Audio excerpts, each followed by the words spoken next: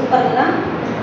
ఎవరైనా పెన్ను లేదు పెన్సిల్ లేదు అని మీ స్కూల్లో మీ ఫ్రెండ్స్ మిమ్మల్ని అడిగితే మీరు హెల్ప్ చేస్తారా? పెన్ను పెన్సిల్ ఇస్తాను మీరు ఇయ్యవా? మీ దగ్గర ఉంటే ఇస్తావు లేకపోతే లేదా? Very good. సరే, మనకు బైబిల్లో ఇశ్రాయేలు చిన్నది అనే ఒక చిన్న అమ్మాయి ఉంది, తెలుసా మీకు? ఎవరు? ఇశ్రాయేలు చిన్నది. చూడ అమ్మాయికి ఎంత బాగుంది కదా పేరు, క్యూట్ గా ఉందా లేదా? చూడండి, సిరియా దేశానికి ఒక రాజు ఉన్నాడు, ఓకేనా? సిరియా రాజు. ఈ సిరియా రాజు అనమాట. సిరియా రాజు ఏం చేస్తాడంటే, ఇశ్రాయేల్ దేశం ఉంది కదా, ఇశ్రాయేల్ ప్రజలు ఉన్నారు కదా, మనకు తెలుసు కదా ఇశ్రాయేల్ ప్రజలు అంటే. ఇశ్రాయేల్ ప్రజలను వాళ్ళ దగ్గర యుద్ధం చేయడానికి వాళ్ళకి సిరియా రాజు ఏం చేస్తాడు అంటే యుద్ధం ప్రకటిస్తాడు అనమాట. ఓకేనా? ఇశ్రాయేల్ ప్రజలతో యుద్ధం చేయాలి అని చెప్పి ఈ సిరియా రాజు తన సైన్యాన్ని పెంచుకుంటాడు, ఓకేనా? ఈ సిరియా రాజుకు ఒక సైన్యాధిపతి ఉంటాడు. ఎవరు ఉంటారు? సైన్యాధిపతి. సైన్యాధిపతి. ఈ సైన్యాధిపతి పేరు ఏంటి అంటే నయమాను. ఈ పేరు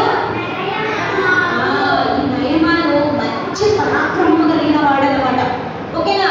ఈ రాజు దృష్టికి ఈ నయమాను ఎలా ఉన్నాడంటే మంచిగా దయ పొందిన వాడుగా ఉన్నాడు, ఓకేనా? సిరియా రాజు ఆయనకు నయమాను అనే ఒక సైన్యాధిపతి ఉంటాడు, ఓకేనా? ఇశ్రాయేల్ ప్రజల మీదకి వారందరినీ ఇబ్బంది పెట్టడానికి ఈ సిరియా రాజు తన సైన్యాన్ని ఏర్పరచుకుంటాడు. అప్పుడు ఈ నయమాను ఉన్నాడు కదా, ఈ నయమాను అనే అంకులు ఈ సిరియా రాజు కింగ్కి హెల్ప్ చేస్తాడు అనమాట. హెల్ప్ చేసి ఆ ఇశ్రాయేల్ దేశం ఉంది కదా, అక్కడ ఆ దేశంలో ఉన్న వాళ్ళందరినీ వీళ్ళు ఏం చేస్తారంటే చెరపట్టుకొని వస్తారు. అంటే దాని అర్థం ఏంటంటే బానిసలుగా, అంటే మనకు హెల్ప్ చేయడానికి కీపర్స్ ఉంటారు కదా, కీపర్స్ అంటే తెలుస్తుంది మీకు, పని చేసే వాళ్ళలాగా వాళ్ళని తెచ్చుకుంటారనమాట. సో అలా ఈ నయమానుకి వైఫ్ ఉంది అనమాట. ఈ నయమాన్ అంకుల్కి వైఫ్ ఉంది. వాళ్ళ వైఫ్కి హెల్ప్ చేయడం కోసం అని చెప్పి ఈ నయమాన్ అంకుల్ ఏం చేస్తాడు అంటే ఈ ఇశ్రాయేలు దేశం ఉంది కదా, ఆ దేశంలో నుండి ఒక చిన్న అమ్మాయిని ఇంటికి పిలుచుకొని వస్తాడు, చెరపట్టుకొని వస్తాడు.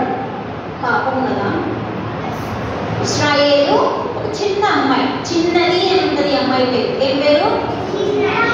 ఒక చిన్న అమ్మాయిని ఏం చేస్తాడు నయమాన్ అంకులు?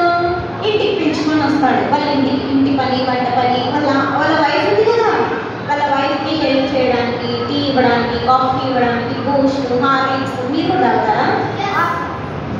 అలా అవన్నీ అందించడానికి చిన్నదానికి ఇశ్రాయేలు చిన్నదాన్ని అంటే ఇశ్రాయేల్ దేశంలో ఉన్న చిన్న అమ్మాయిని ఈ అంకుల్ ఏం చేస్తాడు? చెరపట్టుకొని తీసుకొని వస్తాడు. అప్పుడు ఈ చిన్న అమ్మాయి చాలా మంచిగా, చాలా పద్ధతిగా, చాలా అనుకువగా, ఒబీడియంట్గా, ఓకేనా, మంచిగా ఒబే చేస్తూ వాళ్ళ యజమానురాలు అంటే ఎవరు? నయమాను వైఫ్కి హెల్ప్ చేస్తూ ఉంటుందన్నమాట. సో టీ ఇవ్వడము, కాఫీ ఇవ్వడము, వాటర్ ఇవ్వడము, ఇలా హెల్ప్ చేస్తూ ఉంటుందన్నమాట. సో ఆ టైంలో ఏం జరుగుతుందంటే ఈ చిన్న అమ్మాయి ఉంది కదా, ఇశ్రాయేల్ చిన్నది, ఈ అమ్మాయికి రాజు గురించి ఏమీ తెలియదు పాపం. చూడడానికి ఎలా ఉంటాడంటే రాజు పరాక్రమశాలి, భీకరంగా ఉంటాడు. సైన్యాధిపతి ఎలా ఉంటాడు? నయమాన్ అంకులు మంచిగా మన సైన్యాన్ని ఓడించేశాడు కదా, ఇశ్రాయేల్ సైన్యాన్ని ఓడించేసి సిరియా రాజుకి హెల్ప్ చేశాడు కదా. సో చాలా గ్రేట్ పర్సన్ లాగా ఉంటాడు అనమాట, పరాక్రమశాలి. సో ఆ టైంలో ఏం జరుగుతుంది? ఒకరోజు ఈ చిన్న అమ్మాయి ఏం చేస్తుందంటే చూస్తుంది ఆ సైన్యాధిపతి ఆ నయమాలను చూస్తుంది అనమాట.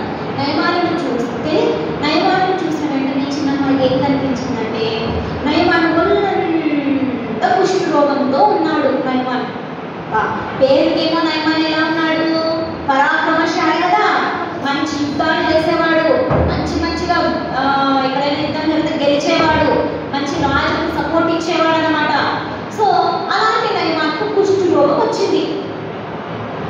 వచ్చినప్పుడు ఈ చిన్నది ఏం చేసిందంటే ఒక రోజున వాళ్ళ యజమానుడైన నయమాను చూసినప్పుడు కుష్ఠరోగంతో కనిపించాడు. పాపం కుష్ఠరోగం వస్తే చాలా ఇబ్బంది పడతారు కదా, వాళ్ళకి పాపం ఒళ్ళంతా చాలా చికాకుగా ఉంటుంది కదా. సో ఈ అమ్మాయి ఏం చేసిందంటే యాక్చువల్గా చిన్న అమ్మాయి నయమాని మీద కోపం పెట్టుకోవాలా వద్దా? పెట్టుకోవాలి కదా. ఎందుకు పెట్టుకోవాలి? చెర పట్టుకొని తీసుకొచ్చారు కాబట్టి కదా, వాళ్ళు తీసుకొని వచ్చారు కాబట్టి అమ్మాయి కోపంతో ఏ పని చేయకుండా ఆ నయమాలను చూసి కుష్టి పట్టిందని, నాకు ఇట్లే కావాలని, ఇలాగే అవ్వాలని అనుకోవాలి కదా. కానీ అలా అనుకోలేదు ఈ అమ్మాయి ఏం చేసిందో తెలుసా? ఈ అమ్మాయి వాళ్ళ వైఫ్ దగ్గర, నయమాన్ వైఫ్ దగ్గరికి వెళ్ళి చెప్పిందనమాట. ఏమని చెప్పిందంటే, నా యజమానురాల, ఇదిగో మా ఊర్లో, మా దేశంలో, ఎక్కడ మా దేశం, ఏదో ఒక దేశం, ఇశ్రాయేల్ దేశంలో ఎలీషా అనే ఒక పెద్ద ప్రవక్త ఉన్నాడు. ఆయన మంచిగా నయం చేస్తాడు, ఎటువంటి రోగమైన నయం చేసేస్తాడు. ఒక్కసారి మన నయమాన్ గారిని ఒక్కసారి ఆ అంకుల్ దగ్గరికి తీసుకొని వెళ్తాము, ఆ దైవజనుడి దగ్గరికి తీసుకొని వెళ్తాము అని చెప్తుందన్నమాట. సో వెంటనే వాళ్ళ వైఫ్ వాళ్ళ నయమాన్ చెప్పిన వెంటనే వాళ్ళిద్దరూ కలిసి అక్కడికి వెళ్ళడానికి ట్రై చేస్తారనమాట. సో అలా వెళ్ళినప్పుడు ఎలీషా అంకుల్ ఎలీషా ఎవరు? ఎలీషా దైవజనుడు అనమాట. ఎవరు ఎలీషా? ఎలీషా అనే దైవజనుడు. ఈ ఎలీషా అనే దైవజనుడి దగ్గరికి వెళ్ళమని ఎవరు సలహా ఇచ్చారు? చిన్నది. ఎవరి దగ్గరికి వెళ్ళమని చెప్పింది నయమాన్? ఎలీషా అనే దైవజనుడి దగ్గరికి వెళ్ళమని చెప్పింది. సో ఈ నయమాన్ ఏం చేస్తాడంటే తన రథములతో గుర్రములతో వాళ్ళ ఇంటి దగ్గరికి వెళ్ళిపోతాడు. ఎవరింటి దగ్గరికి? ఎలీషా దైవజనుడు ఉన్నాడు కదా. ఈ దైవజనుడి ఇంటి దగ్గరికి వెళ్తే ఆ దైవజనుడు అంటే ఎలీషా ఏం చెప్తాడు నయమాను అంటే, చూడు నాయన, యోర్దాను నదిలో, ఏ నదిలో? యోర్దాను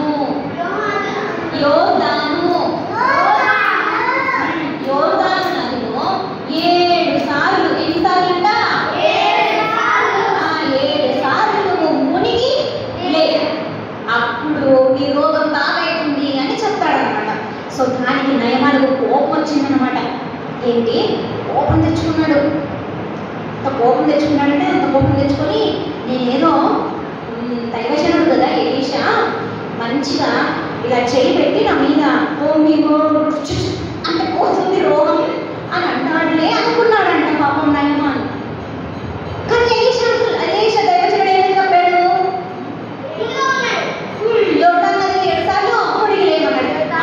నేను మా ఊర్లో, వారు ఇక్కడ ఒక దేశం ఉంది కదా, నయమానికి దేశం ఉంది కదా, ఆ దేశంలో నదులే లేవని చెప్పి అక్కడెక్కడికో పోయి యోర్దాను నదిలో మునిగి 7 సార్లు లేనన్నా అని కోపం తెచ్చుకుంటే, ఈ నయమాను దగ్గర పని చేసే వాళ్ళు ఉంటారు కదా కొంతమంది, ఆ పని చేసే వాళ్ళలో ఒక ఆయన వచ్చి ఏమంటాడంటే, ఇదిగో ఆ దైవజనుడు ఏదైనా చెప్పినప్పుడు మనం చేయడం మంచిది కదా, ఒకసారి వెళ్ళి మునిగి లేస్తే ఏమైతుంది చూద్దాం, ఏం జరుగుతుందో అని చెప్తాడనమాట. సో అలా ఈ నయమాన్ ఏం చేస్తాడంటే, ఓకే ధన్ అని చెప్పి యోర్దాను నదికి వెళ్ళి 7 సార్లు మునిగి లేవగానే ఆ యొక్క నయమాన్ కుష్ఠరోగం అంతా పోయి ఎలా ఉన్నాడు తెలుసా? పసి పిల్లల దేహం వలె అయిందంట ఆయన బాడీ అంతా. చిన్న క్యూట్ బేబీస్ ఉంటారు కదా, పుట్టిన పిల్లలు ఉంటారు కదా, వాళ్ళు ఎంత బాగుంటారు కదా పిల్లలు, స్మూత్గా కదా బేబీస్. పసి పిల్లల దేహం వలె నయమాన్ బాడీ అంతా అయిందనమాట. ఇక్కడ మనం ఏం నేర్చుకున్నాం? ఈ నయమానుకు హెల్ప్ చేసింది ఎవరు? ఇశ్రాయేలు చిన్నది. ఏమని చెప్పి హెల్ప్ చేసింది? మా దేశంలో దైవజనుడు ఉన్నాడు, ఎటువంటి రోగమునైనా బాగు చేస్తాడు ప్రార్థన చేసి, కాబట్టి మీరు ఒకసారి వెళ్ళి కలవండి అంటే నయమాన్ ఏం చేస్తాడు అనంటే, సరే అని వెళ్ళి కలిసినప్పుడు ఆ ఎలీషా దైవజనుడు ఏమని చెప్పాడు? మునిగి లేమని చెప్తే, కానీ నయమాన్ అంకుల్ ఏం చేస్తాడు? కోపం తెచ్చుకొని దేశంలో నదులే లేవా? అంతకంటే గొప్ప నదులు మా దేశంలో ఉన్నాయి కదా. యోర్దాను నదికే వెళ్ళి 7 సార్లు మునిగి లేస్తేనే నా రోగం పోతుందా? నేనేదో ఎలీషా నా మీద ఇలా చేయి పెట్టి అంటే వెళ్ళిపోతుంది రోగం అనుకుంటే యోర్దాను నదికి వెళ్ళి నేను 7 సార్లు మునిగి లేయాలన్నా అని కోడనమాట. ఒక దాసుడు పని చేసే వాళ్ళలో ఒక వ్యక్తి వచ్చి పనివాడు చెప్తాడనమాట, అయ్యా దైవజనుడు ఏదైనా చెప్పినప్పుడు చేయడంలో ఏమైనా తప్పు ఉందా, ఒకసారి వెళ్ళి ఆ పని చేయన్నప్పుడు అప్పుడు నయమాను యోర్దాను నదిలోకి వెళ్ళి 7 సార్లు లేచిన వెంటనే ఆయన బాడీ ఎలా ఉంది? బేబీ స్కిన్ లాగా ఉంది. చూడండి, పసి పిల్లల దేహం వలె అయిందంట. వాటి మీద అయితే కదా. సో ఎలా జరిగింది చెప్పండి అంత గొప్ప కార్యం? ఎలీషా దైవజనుడు ఏం చేశాడు? ఏం చేశాడు? ఎలీషా ప్రవక్త దైవజనుడు ఉన్నాడు కదా, ఏం చేశాడు చెప్పండి? కేవలం నీటిలో మునిగి లేయడం మాత్రానే మిరాకిల్ జరిగిందా లేకపోతే ఇంకేమైనా జరిగిందా? ఏంటా మిరాకిల్? అంతకంటే ఇంకా గొప్పగా ఇంకొకటి ఉంది, మర్చిపోయినారు. గుర్తు చేసుకోండి. ఈ ఎలీషా ఎవరు చెప్పండి? దైవజనుడు కదా, ఒక ప్రవక్త. ప్రవక్త అంటే ఏం చెప్పాడు? నీకు వాళ్ళు ఏం చెప్తే అది జరుగుతుంది కదా. యేసయ్య వారితో ఏం చెప్తారో అది జరుగుతుందని వాళ్ళు మనకి హెల్ప్ చేస్తే ఎప్పటికప్పుడు న్యూస్ ఇస్తూ ఉంటారు. సో ఇక్కడ ఎలీషా దైవజనుడు ఏం చేశాడు? దేవుని శక్తిని పొందుకున్నాడు ఎలీషా కదా. ఎక్కడి నుంచి వచ్చింది ఎలీషా మాటకి అంత పవరు? దేవుడు ఇచ్చాడు కదా. ఇప్పుడు నయమనంతులకి బెటర్ అయిందా లేదా? హెల్త్ అంతా అయింది కదా. సో ఈ క్రెడిట్ అంతా ఎవరికి వెళ్తుంది? Credit goes to Jesus. ఇంకా ఈ క్రెడిట్ ఎవరికి చెందుతుంది? ఈ చిన్న అమ్మాయి వెరీ గుడ్ గర్ల్ కదా. Very good girl. నన్ను తీసుకొచ్చారు, ఇక్కడ పెట్టుకున్నారు. ఏమంటారు, నా యజమానికి ఇలాగే కావాలి అని అనుకోలేదు ఆమె. ఏం చేసింది చిన్నమ్మాయి? ఇప్పుడు మనకు ఎవరికన్నా మారేదనుకోండి హెల్త్, మనం ఏం చెప్తాం చెప్పండి? పళ్ళు వాడదాం. పళ్ళు ఎవరిని కలవమంటాం? డెంటిస్ట్ కదా. పండి డాక్టర్ వెళ్ళి కలుగు అంటామా లేదా? సో అలాగే చిన్నమ్మాయి కూడా నయమానుకి ఏం చెప్పిందంటే, ఎలీషా అనే దైవజనుడు ఉన్నాడు, ఆయన అన్ని రోగాలు బాగు చేస్తాడు, ఏం చెప్తే అది జరుగుతుంది, మంచి ప్రవక్త, మీరు అక్కడికి వెళ్ళండి అని చెప్పగానే నయమాను వెళ్ళి బాగా అయిపోయాడు కదా. బేబీ